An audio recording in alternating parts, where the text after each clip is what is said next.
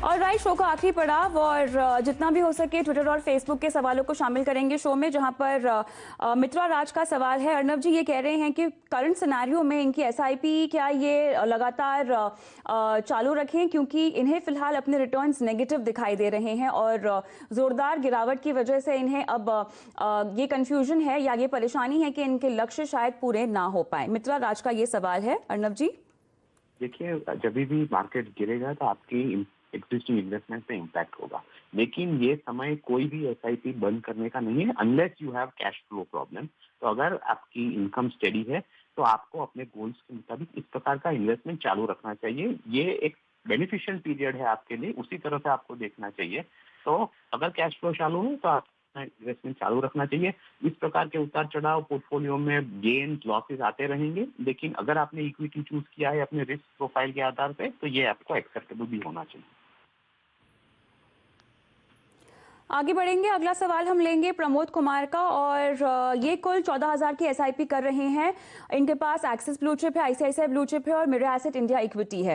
ये कह रहे हैं कि इनके पास शायद लार्ज कैप का एक्सपोजर बहुत ज़्यादा है, अब इसको डाइवर्सिफाई करना है। शायद इसी को लेकर अब ये हमसे सलाह भी चाहते हैं, क्योंकि निवेश विस्तार को लेकर हमेशा हम कहते हैं कि डाइवर्सिफिकेशन न सिर्फ आपको ज़्यादा मुनाफा देगा बल्कि आपके रिस्क को भी मिटिगेट करेगा।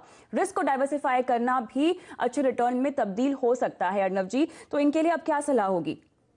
देखिए, जब भी आप पोर्टफोलियो क्रिएट करते हैं तो उसमें अनेक प्रकार के जो अलग अलग प्रकार के फंड है उस तरह के होने चाहिए। अगर हम इनके पोर्टफोलियो को देखें तो 2 लार्ज कैप है, एक मल्टी कैप फंड है। तो ऑब्वियसली लार्ज कैप का जो एक्सपोजर है वो थोड़ा ज्यादा है। अगर इनके पास कोई नहीं है और ये थोड़ा अपना पोर्टफोलियो को रिस्ट्रक्चर करना चाहते हैं तो उनको एक जो लार्ज कैप फंड है थ्रू आईसीआईसीआई वो शायद बंद करके उसे एक मिड कैप फंड में ट्रांसफर कर देना चाहिए, जैसे कोटक इमर्जिंग इक्विटी, जिससे इनके पोर्टफोलियो में ओवरऑल बैलेंस आए। मृदुल जैन का सवाल मैं लूंगी। इनका सवाल बहुत specifically ABSL hybrid equity 95 fund पर है। पिछले 3 साल से ये निवेश कर रहे हैं इसमें, लेकिन 5% से ज्यादा जो है ये रिटर्न नहीं देख पाएंगे।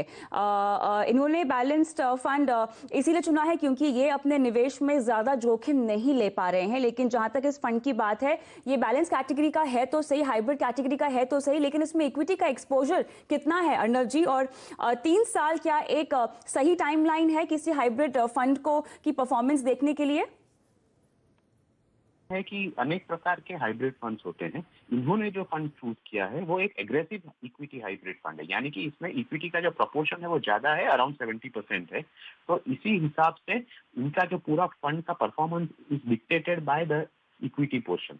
तो क्योंकि पिछले 3 सालों में इक्विटी ने बहुत अच्छा परफॉर्मेंस नहीं दिया है, इसीलिए ये ओवरऑल अपना रिटर्न्स बहुत ज्यादा नहीं देखना चाहते। अगर आप इस प्रकार के एग्रेसिव इक्विटी हाइब्रिड फंड में हो तो आपको एटलीस्ट इसमें 5 साल जैसा समय देना चाहिए, और खास करके जब इन बिटवीन इस प्रकार की एक बड़ी क्राइसिस आए तो इनको ये समझना है कि उन्होंने जो एक्सपोजर लिया है वो थोड़ा एग्रेसिवली इक्विटी की तरह है, इसीलिए ये परफॉर्मेंस उन्हें दिखाई दे रहा है।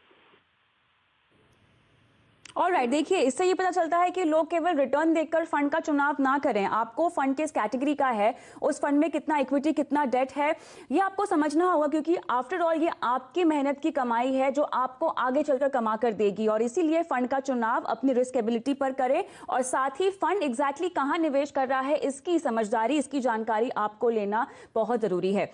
बहुत बहुत शुक्रिया अर्नब जी, समय निकाल के तमाम सवालों का जवाब देने का। योर मनी में मुझे भी इजाजत दें, लेकिन अपने सवाल हम तक पहुंचाते रहें। नमस्कार।